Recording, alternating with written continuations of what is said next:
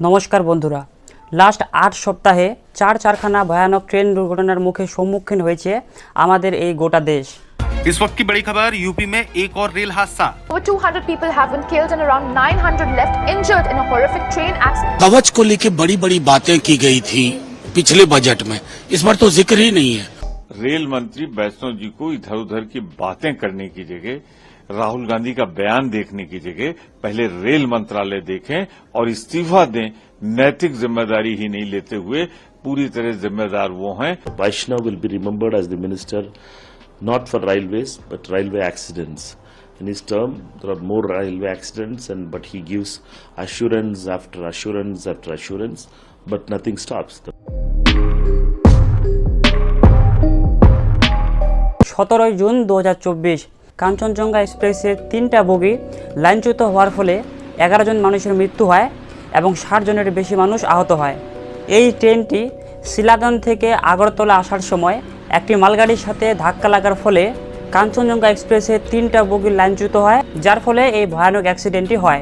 Fast forward to July 18, অর্থাৎ এই ঘটনার শুধুমাত্র 1 মাস পরেই উত্তরপ্রদেশের গন্ডা নামে একটি জায়গায় আরও একটি ভয়ানক ট্রেন দুর্ঘটনা দেখা যায়, যেখানে 4 জন মানুষের মৃত্যু হয় এবং 35 জনের বেশি মানুষ আহত হয়।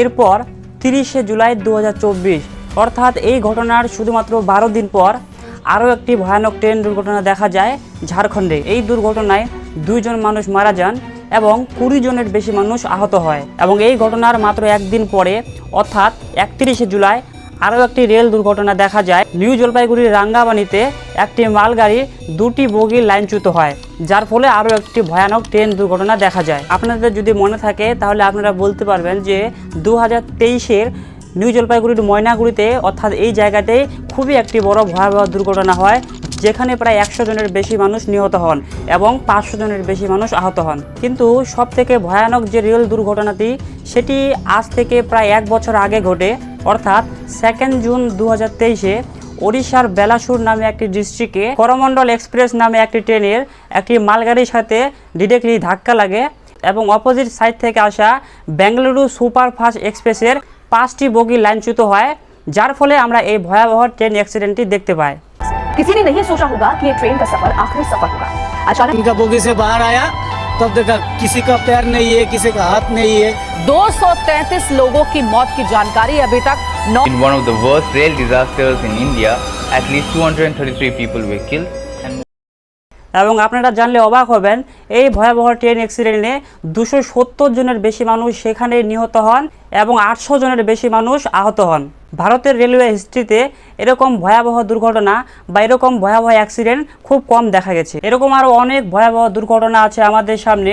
13 জানুয়ারি 2022 গুয়াহাটির বিকনের এক্সপ্রেসে একটি ভয়াবহ দুর্ঘটনা হয়, যেখানে 9 জন মানুষের মৃত্যু হয়। এখন সবথেকে বড় প্রশ্ন, কেন রিসেন্টলি এত বেশি আমাদের সামনে ট্রেন দুর্ঘটনা দেখা যায় এবং এই রেল দুর্ঘটনার পিছনে দায়ী কে? 2023 সালের একটি রিপোর্ট অনুযায়ী রেলওয়ে ডিপার্টমেন্টে 3.12 লাখ অর্থাৎ 3,12,000 শূন্য পদ রয়েছে, যেখানে ভারত সরকার এখনও পর্যন্ত কোনো রিক্রুটমেন্ট করার কথা ভাবছেনই না। 29 বছরের এক রেলওয়ে এমপ্লয় একটি রিসেন্ট ইন্টারভিউতে জানান যে উনি টানা 16 ঘন্টা ডে নাইট লাগাতার শিফটে কাজ করেছেন, কারণ যে শূন্য পদ রয়েছে সেখানে নতুন কোনো রিক্রুটমেন্টের কথা চিন্তা করা হচ্ছে না।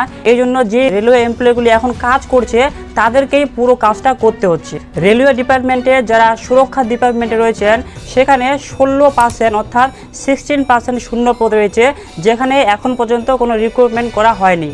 কাঞ্চনজঙ্ঘা রেলওয়ে দুর্ঘটনার পর সঞ্জয় নামে এক ট্রেন চালক জানান যে তিনি লাস্ট 4 দিন ধরে দিন রাত ট্রেন চালিয়ে গেছেন। এখন শুধু আপনারা একবার ভাবুন, 4 দিন কোনো মানুষ না ঘুমালে, যেখানে ঠিকমতো সাইকেলই চালাতে পারবে না, সেখানে একটি মানুষ 4 রাত না ঘুমানোর পর কিভাবে একটি ট্রেন চালাতে পারে। এবং রিসেন্টলি 2024-এর রেলওয়ে এনটিপিসিতে আমরা জানি যে ভ্যাকেন্সি বের করা হয়েছে, সেখানে প্রচুর শূন্য পদ রয়েছে, কিন্তু ভ্যাকেন্সি নেওয়া হবে মাত্র 10,000। এবং এত প্রচুর পোস্টে এত প্রচুর শূন্য পদ থাকা সত্ত্বেও ভারত সরকার নতুন কোনো রিক্রুটমেন্টের কথা ভাবছে না। এবার যদি আমরা আমাদের ট্রেনের ভিতরে দেখি, যেখানে লোকাল ট্রেনে আপনি কখনো টয়লেটে যেতে পারবেন না এবং এত গরমের মধ্যে ট্রেনের ভিতরে যেখানে টেম্পারেচার 50%-এর উপরে থাকে, সেখানে বিহারের এই ট্রেনে কোনো ফ্যান কাজ করছে না। অর্থাৎ 3-4 ঘন্টা লং জার্নির মধ্যে প্যাসেঞ্জাররা 50 ডিগ্রি টেম্পারেচারের ভিতরে সবসময় থেকে থাকে, যেখানে কোনো ফ্যান কাজ করে না, কোনো এসি কাজ করে না। এবং এত প্রচুর পরিমাণে প্রবলেম থাকা সত্ত্বেও যেখানে এত ভয়াবহ অ্যাক্সিডেন্ট হওয়ার পর সব থেকে আগে যেটা দরকার ছিল সেটা হচ্ছে আমাদের রেল মিনিস্টার অর্থাৎ রেলমন্ত্রী অশ্বিনী বৈষ্ণবকে রিজাইন দেওয়া। তিনি রিজাইন না দিয়ে এখনো পর্যন্ত সোশ্যাল মিডিয়ায় এসে এত ট্রেন অ্যাক্সিডেন্টের রেসপন্সিবিলিটিস নিজে পর্যন্ত একবারও নেননি। 31শে জুলাই 2024 যেদিন পার্লামেন্টে বিরোধীরা ট্রেনের এই বারবার দুর্ঘটনা এবং অ্যাক্সিডেন্টের কথা যেখানে তুলে, সেখানে আমাদের রিসেন্ট রেলমন্ত্রী অশ্বিনী বৈষ্ণব নিজে কোনো রেসপন্সিবিলিটি না নিয়ে আমাদের ফর্মার ট্রেন মিনিস্টার অর্থাৎ মমতা ব্যানার্জির উপর পুরো দোষ চাপিয়ে দিচ্ছেন। इसी हाउस में ममता जी जब रेलवे मिनिस्टर थी, वो अपने एक्सीडेंट के नंबर बताती थी, 0.24 से 0.19 पे होने पर कितनी तालियां बजाते थे। आज 0.19 से 0.03 इंडेक्स होने पर आज इस तरह के आरोप लगाते हैं। এবং তিনি বলছেন যে পুরো যে রেল দুর্ঘটনা সেখানে কংগ্রেস সরকার অর্থাৎ বিরোধীরা বেশি করে সোশ্যাল মিডিয়ায় নেগেটিভিটি ছড়িয়েছে এবং তিনি রেল মিনিস্টার না, তিনি সত্যি অনেক বেশি কাজ করেন। कांग्रेस ने एक सोची समझी तरीके से, रणनीतिक तरीके से छोटे विषय को अपने सोशल मीडिया की ट्रोल आर्मी के जरिए से इस तरह से उठाना चालू किया। অর্থাৎ যেখানে আমাদের দেশে ট্রেন অ্যাক্সিডেন্ট হওয়ার পর রেসপন্সিবিলিটিস নেওয়া তো দূরের কথা, যেখানে সেই দেশের রেল মিনিস্টার এত বড় একটা উচ্চপদস্থ ব্যক্তি এরকম ভাষায় পার্লামেন্টে কথা বলে সেই দেশের অবস্থা কি আছে বা আগামীতে কি হতে পারে সেটা নিয়ে অনেক বড় সংশয় রয়েছে। এখানে অশ্বিনী বৈষ্ণবকে আমি শুধু একটা কথাই বলতে চাইবো যে এত যে মানুষ মারা গেছে এত ভয়াবহ ট্রেন অ্যাক্সিডেন্টে, সেখানে যদি আপনার কোনো ফ্যামিলি মেম্বার থাকতো বা আপনার কোনো বন্ধু বান্ধব থাকতো, তারপরেও কি আপনি এরকমভাবে পার্লামেন্টে এরকম নিশ্চয়ভাবে কথাগুলো বলতে পারতেন? এরপর যেখানে আমাদের দরকার ছিল সোশ্যাল মিডিয়ায় এর বিরুদ্ধে কথা বলা, সবাইকে এর বিরুদ্ধে সজাগ হওয়া, সেখানে এক পক্ষ মানুষ আছে যেনারা অশ্বিনী বৈষ্ণবকে এখানে সাপোর্ট করছেন এবং ওনারা বলছেন যে অশ্বিনী বৈষ্ণব একজন খুবই শিক্ষিত লোক, উনি একজন IAS অফিসার, ওনার মতো যোগ্য রেল মিনিস্টার আমরা আর পাবো না। এখান থেকে বোঝা যাচ্ছে যে আমাদের দেশের এখন রেলের কি অবস্থা এবং আগামীতে কি এই অবস্থা শুধরাবে কিনা সেটা নিয়ে একটা বেশ বড় সংশয় রয়েছে। অশ্বিনী বৈষ্ণবের এরকম বক্তব্যের উপর আপনাদের কি মতামত, আপনারা চাইলে অবশ্যই কমেন্ট সেকশনে আমাদের জানাতে পারেন। আমাদের চ্যানেলে প্রথমবার হয়ে থাকলে ভিডিওকে লাইক করবেন, শেয়ার করবেন, চ্যানেলকে সাবস্ক্রাইব করে নেবেন। দেখা হচ্ছে পরবর্তী কোনো ভিডিওতে, ততক্ষণ পর্যন্ত।